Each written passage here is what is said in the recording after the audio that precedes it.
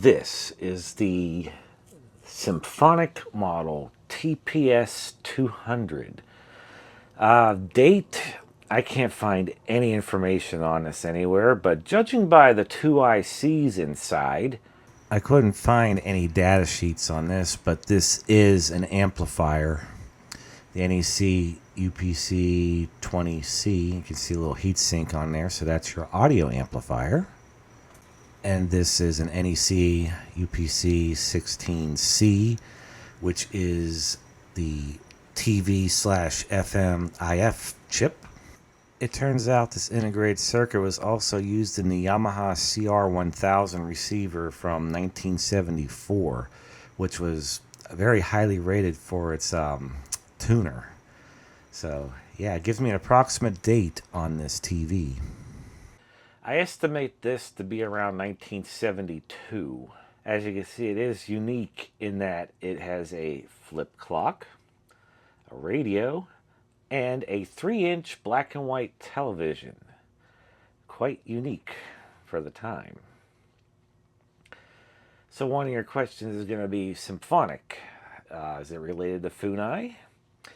The answer in this case is yes, but not quite at the same time. At the time, Symphonic was an American brand that built basically budget value record players and stereo systems, consoles. See Radio TV Fauna on that channel. He has some Symphonic record players on there. But this, on the other hand, was made by Funai for Symphonic. But it eventually ended up in 1982 with Funai purchasing Symphonic as their own brand. And that's how they got started in the US. However, unlike the Funai we all know and love, as you may have seen on previous videos on my channel, this is the polar opposite. This is a freaking tank. It's very heavy and it's very solid. And it's very well built. Total opposite of what Funai is nowadays. So one thing that's in relation to this is a 1967 Symphonic Mini TV. I'm doing this kind of out of order because really this came first, but that'll be a video for later on. But notice they have the same size CRT. This is also made by Funai. And in 1967, this was the world's smallest consumer CRT television with a 3-inch picture tube, all contained in here. And this is back when TVs were all, for the most part, all tubes. You had some transistorized Sonys and other things, but I'm saying this was a feat. It's all discrete components in this. No integrated circuits. Now, I can't seem to find the articles where I read this, so take my word for it. In 1966, there was a British company that made a 2-inch CRT television, but it wasn't mass-produced, unlike this. So 3-inch, but this was mass-produced. So these are very closely related. I had assumed this was 1969 and 1970. Now, given the age of the unit, first thing I suspect are electrolytic caps. The answer is yes. About more than half were bad. And the majority of the ones that were bad were those pesky purple Matsustas. The rest were gray Elnas.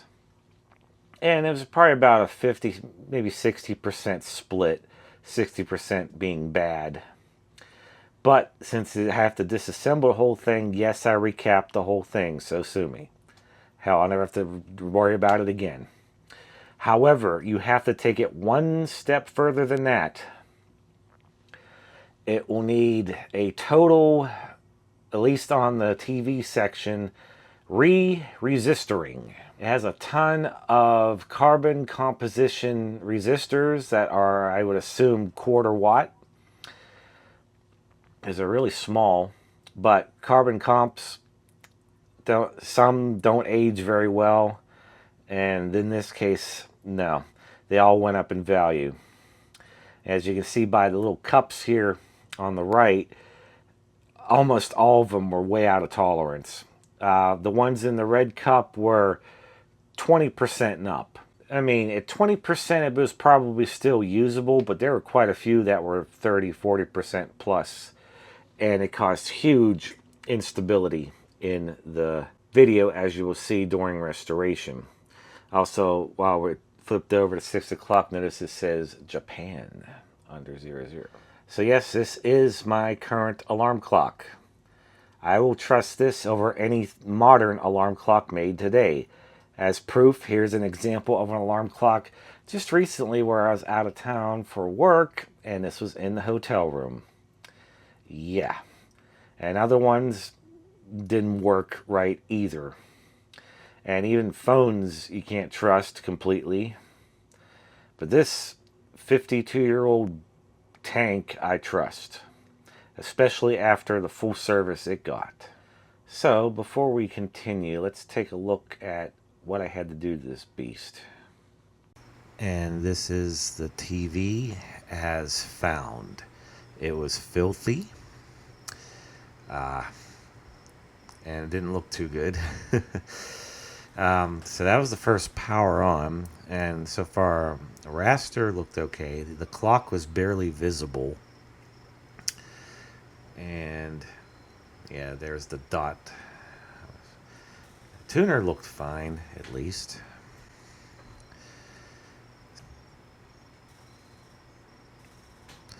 Coming to the rear, you can see the VHF, UHF, and FM antenna jacks, which I'll demonstrate later in this video. They use 3.5mm or 1/8 inch jacks. And here's the vertical height and vertical linearity adjustments from the rear. And then the bottom of the unit, vents, nameplate, aluminum nameplate, with a UL listed sticker. And here's the first power on the TV. Shrunken picture, very unstable picture, flagging. And despite what the camera makes it look like, it was very washed out looking, very little contrast. And that's with the fine tuning the best I could. If I deviated from that, it really got out of sync, which you'll see later in the video what happened. And it wasn't so much caps, but it was resistors that did it this time. Wasn't expecting that. And notice how touchy and twitchy the whole thing is. And here's one final look at it before tearing into it. Nice dot in the middle. And the clock had a very hazy film behind it. That was part one of the reason. And part two is the neon lamps, as I mentioned. So first thing, you pull off the bottom cover and you're greeted with that. The whole unit is mounted on a very thick metal alloy frame. That's a bulk of the weight. And unfortunately, it looks like some liquid got into it, but I don't know how. It didn't get spilled into it. That was weird. It was probably stored somewhere where it shouldn't have been. And here's the first purple Matsushita we run into, as well as those, and a bunch of gray Elnas too, and those Elnas aren't much better. That is the video and IF board, big transformer, AM FM tuner right there, flip clock. Look at how black those neon lamps are. They didn't flicker, they still lit up, but wow, they have a lot of hours on them. Probably years, decades of use on that. So just more looking around underneath, getting a feel for what I need to work on. And there's the speaker with lots of skin cell dust lint. Yummy. And the AM FM tuner has a bunch of carbon film resistors, and those don't go bad with age. So don't have to worry about that. But there, I started the recap process right now. This is before I realized the resistors were bad. I had to start off the recap process. Here's just an example of a bad cap. And an ESR was good, but look at the value. 480 microfarad. Yeah, no. So that's some leakage going on internally. So the end result was about like a 60-40 split. The red bin was bad, red for bad, and white for ones that are still good, but they're the same age, the same brand. So save yourself the trouble and just do them all. It's best not to keep taking it apart to keep repairing it due to the remainder caps failing and possibly damaging other things in the process. Just do it all at once and get it over with. That's all I can say. It'll be worth it. So first power up after the recap. As you can see, I now had full deflection, but now I have a new problem that, as you'll see, and this is what it was doing even before the recap. If you didn't have the fine tuning just right, the whole image was completely unstable. I couldn't even get it to lock. It was terrible. And that's when I stopped for the night and I approached the next day, only to realize it was the resistors. First power up after re-resisting, and holy crap, major difference. It works perfectly. Although I should have recorded myself as it came up, because the horizontal and vertical are way out now. But after adjusting the coarse vertical frequency adjustment and another adjustment, it's stabilized. These are in the middle now. The brightness is extremely bright, very crisp, no ghosting, no... But yeah, it needed a re-resisting to fix the remainder of the problems. I feel really good about this right now. So that this leaves lubricating the clock motor, changing neon lamps, and tweaking anything else before I fix the cabinet. Excellent. And now on to the clock, starting with the neon lamps. And those are vintage neon lamps, as you'll see shortly. So now that's nice and bright, but look at what happened to the old ones. They are black. Those have been on for years, if not decades. They didn't flicker. They still lit up, but they just weren't producing the light they should have. So that looked good. And this is before servicing the clock. Here are the neon lamps used. I have a ton of them. Onto the clock motor. As you can see, it's a copal mechanism. And the typical motor they used. And the best you could do is just put some sewing machine oil or, zoom spout into it. It's a light oil. Down and drip it down to the bearing best you can. It worked fine as is. This is just preventative maintenance. I also put a drop of oil on all other points that rotated, even though they're slowly, just as a preventative measure. The mechanism was very clean otherwise and looks great. I'm just pointing out where I put the oil. And now Novus on the entire flip clock mechanism to clean that up, and that looks really good now. And one final look at the TV circuits. You can see my new carbon film resistors installed, as well as the new capacitors. And there's the flyback in that little cage there. Fuse. That's everything right there. So basically just a recap and a re-resistor on the TV section. It needed it. Now it's like brand new again. And now to do some final steps, I got my test pattern generator out. This is how it adjusted when I did it by eyeballing it with a standard TV signal. And I obviously had to adjust the centering rings on the picture tube right behind the yoke. But right there I have the linearity at least set correctly now. But now we got to adjust those centering rings because it's way off. They're obviously painted, paint over top of it to hold it in place. And now that's perfect. I'll put it on the circle in a second. And now it's perfectly centered. So that's solved. And now one look at it with normal TV signal after the final adjustments to it. Rocky and Bullwinkle. This is that front cover.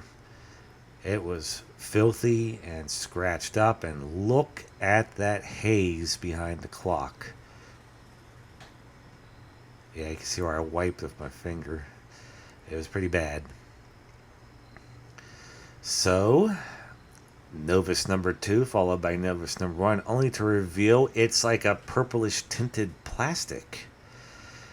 It's very thick. You know how the older stuff is made. It's very thick and solid. And that mounts with screws onto that black piece, which I took apart. I Novused that too. I love my Novus. Alright, now we're back. So, with a completed unit, we'll go over it. I'm really shocked at how well this cleaned up. The cabinet looked horrible when I got it. It was so dirty and scuffed up. But given it's that textured plastic, Mr. Clean Magic Erasers or the generics, which is what I used, do wonders. The only thing I couldn't get out was this little stain here. I don't know what that is. But the rest of it cleaned up so nicely. So as you saw during the restoration, this whole front plastic cover is like a tinted like a purplish blue. It kind of reminds you of a Mitsubishi CRT TV from the 80s. I mean, this is way overbuilt, and that's why it still works fine to this day. Yes, it needed some electrical components like capacitors and resistors replaced, but that doesn't alter the design of the unit either. And even at a side profile, this looks like something that would be on Star Trek, the original series. I mean, look at how it looks from the side. How it even looks like a freaking computer from that time frame. But I can't find any information on this anywhere. No schematics on it. Pulled it a little bit. But TV is on the left, and even brings your horizontal, vertical, contrast, and brightness all up in front. And this is how you'd use it. It's a bedside TV. Laying in bed watching it, it's perfectly usable. I mean, this would have been great back then. It's still great now, what am I saying? Even though TV today sucks, UHF is, of course, continuous. Come to the middle, power switch, and your automatic and manual. Automatic for when you're using the timer functions, and manual when you want to use the power switch, normally. Example, when in the morning, when the alarm goes off, that'll turn it off. But right now, it's not doing anything because it's set for right now 8:40. Tomorrow will be earlier for work, but anyways. Yeah, you got your auto on the outer knob, which is, since I have to adjust it for tomorrow anyways, adjust that time. And clock on the inside one turned clockwise. I don't want to mess with it because I have it perfect right now. The top one, auto shut off, is your sleep timer. And it's and the numbers indicate hours. So yes, you have a 3-hour timer on this thing. And it's purely mechanical because there's 2 heavy-duty Omron switches that actuate. One's for the sleep timer, one's for the alarm. Of course, the clock, earphone, it's monaural, whatever you want to say. And it works very well. Volume and tone controls, AM, FM, TV selector, and tuning for the AM, FM tuner. It does have a 3-inch speaker on top. It does have a telescoping monopole antenna. And using the antenna built in, it's shared between the AM, FM tuner and the TV tuner. I'm telling you that for a reason. And there's the side over there. And the thing that's unique about this is, Coming around the back, you notice I have two coax cables coming into this. The one on the left is from the DTV converter box, so that's of course your TV tuner. The one on the right is FM, so it has two separate antenna inputs, which is good, and I'll explain even further. It's also very good how it's designed, because whenever you plug in the VHF, UHF antenna, it disconnects that tuner from the built-in antenna, but leaving it connected still for FM reception.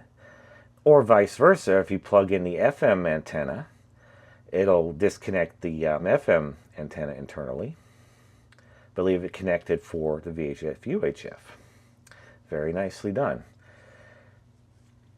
Plug them both in, well, that's self-explanatory.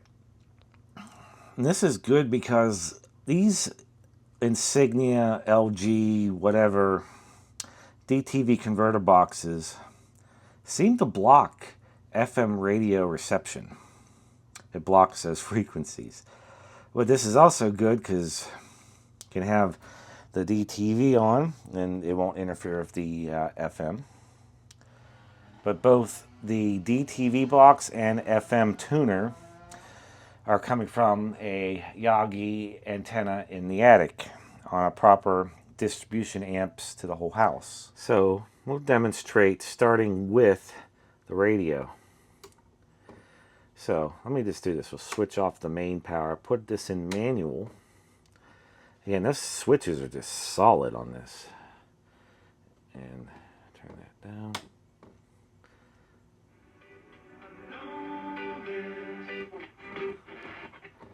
So, switching microphones. I can't put the wireless mic near it because it'll pick it up. But this, we'll just demonstrate going through the FM.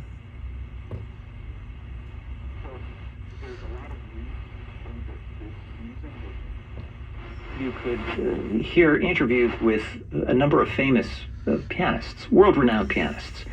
And what would happen is that the interviewer would... So this is the original bulb on the tuning dial right here. I really love how it looks, that green right there on her face. And the question was, the numbers. Her face brightened as the corners of her mouth lifted, and she said, "Good conversation." And is key. At the Republican National Convention, women like Kellyanne Conway, Trump's 2016 campaign. Don't you listen to public radio? Yes. Isn't that the person?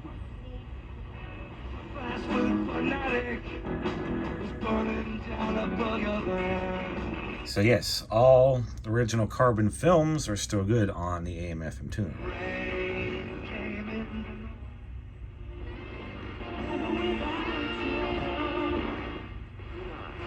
With Labor Day savings at the Home Depot, you can upgrade your home today. Robinson Town Center in Cranberry Township, in Morgantown at Suncrest Town Center, or book your free sitting at Good. Deporting them over and over. Casey sided with Joe Biden and Kamala Harris. So sick of hearing about that.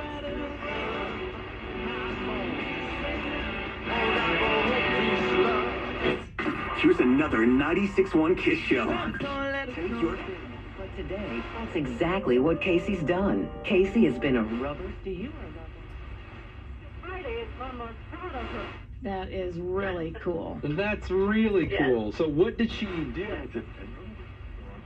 Subject to credit application and approval. Equal housing lender. Direct auto insurance.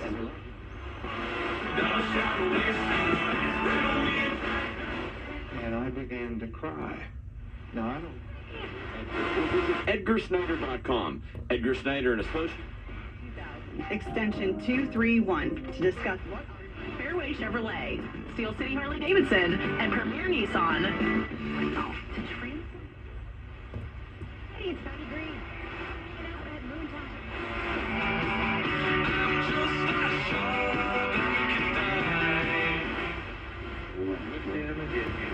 O God, Almighty Father, in the unity of the Holy Spirit, all glory and honor is yours. And very capable Vice President Casey voted with Kamala 98%. Y108, So Bob Casey said, because the AM scale goes past it a little bit. It's about right there. AM, let me see. I'll just do this. We're not too concerned about AM too much, but here's 1020 because it's a local station. With Progressive's Name Your Price tool, you can easily find coverage options that fit your budget. If only it was that easy to name your baby. Of course, the AM loop stick antenna is right here, as you saw. Likes to hear the word no. You know, one day I just said, So, how about the TV? This TV comes on really quick, within like 2 seconds. Imagine seeing that in 1972 when most TVs were still all tube or hybrid tube.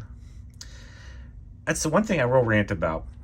People calling old CRT televisions tube TVs. No, you don't know what a real tube TV is. Tube TV has vacuum tubes in it instead of transistors. Well, this is all solid state, and this has a CRT. So just watch how fast this comes up. Just like that fast. And it is not instant on. No, it is not instant on. Today's special, the chef's surprise. What is that? When I know, you'll know. The eggs happen to be in season. Eggs? We'll take 2 cheese omelets. Yeah. Good choice. Come on.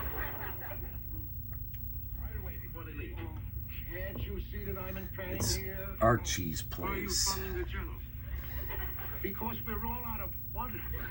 Now, horizontal hold, I got perfect, so there we go. See the horizontal AFC really pulling it in nice and tight. Now, one way to know you got it precise, turn it off channel so it's not locked. And watch this. See how it went squiggly lines to nothing? It looks, normal-ish, and squiggly right there is about where you should have it for optimal. It's the AFC on that pulls it in. Vertical hold. Well, it's I found very sensitive, but just put it right in the middle and leave it alone. And of course your standard brightness and contrast controls. That should not have been soup. Why not? Because I done the dishes. Did the job. Although sadly, I can't seem to demonstrate this. That MeTV Tunes channel was working perfectly up until yesterday, and now it's just dropping out like crazy.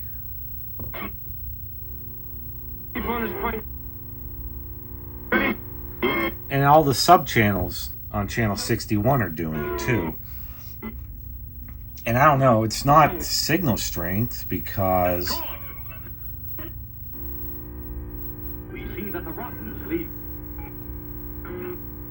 but antenna TV it is. Excuse me. I ordered mashed potatoes and I want mashed potatoes. You want mashed potatoes, huh? Right. So there's that. And then TV off. The only thing that's weird is when I was first working on this, it shut off with a dot in the middle, and after I got everything precisely adjusted, there's no more dot. So, but yeah. All right, I have the flash on, or have the light on so you can see. We're gonna set the alarm for 7 o'clock. But the way it works is between an hour, like 7 to 8 p.m., you have it increments in 10 minutes at a time. Which means the 2 dots you see in between 7 and 8 are, 7:20 and 7:40 respectively. Right now I have it set for exactly 8 p.m. We're going to shoot for 7. So 2, 3, 4, 5, 6. Now we're right on 7 o'clock, right there.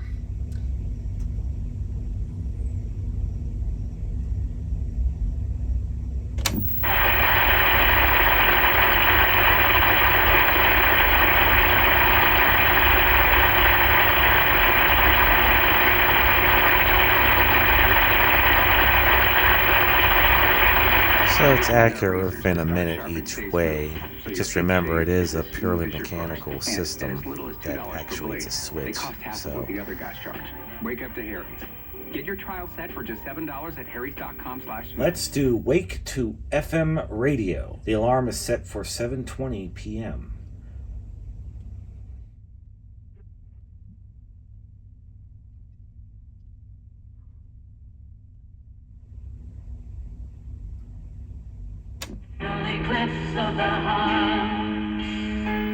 Alright, so now let's try the sleep timer, or as it's called on here, the auto shut-off timer.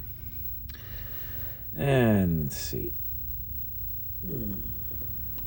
Try and do it at an angle here, but so if I don't have it quite right at 30 minutes, that's why, but here we go. And then you flip the switch to automatic, and Moments. Are you left guessing which foods are right for you?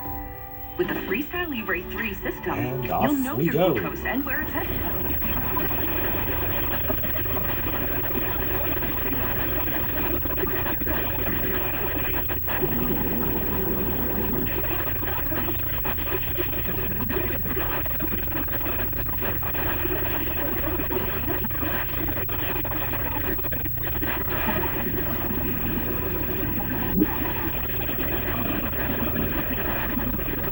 And listen, I'm not talking to the FBI or the reporters or anybody until I make my phone call. Fine.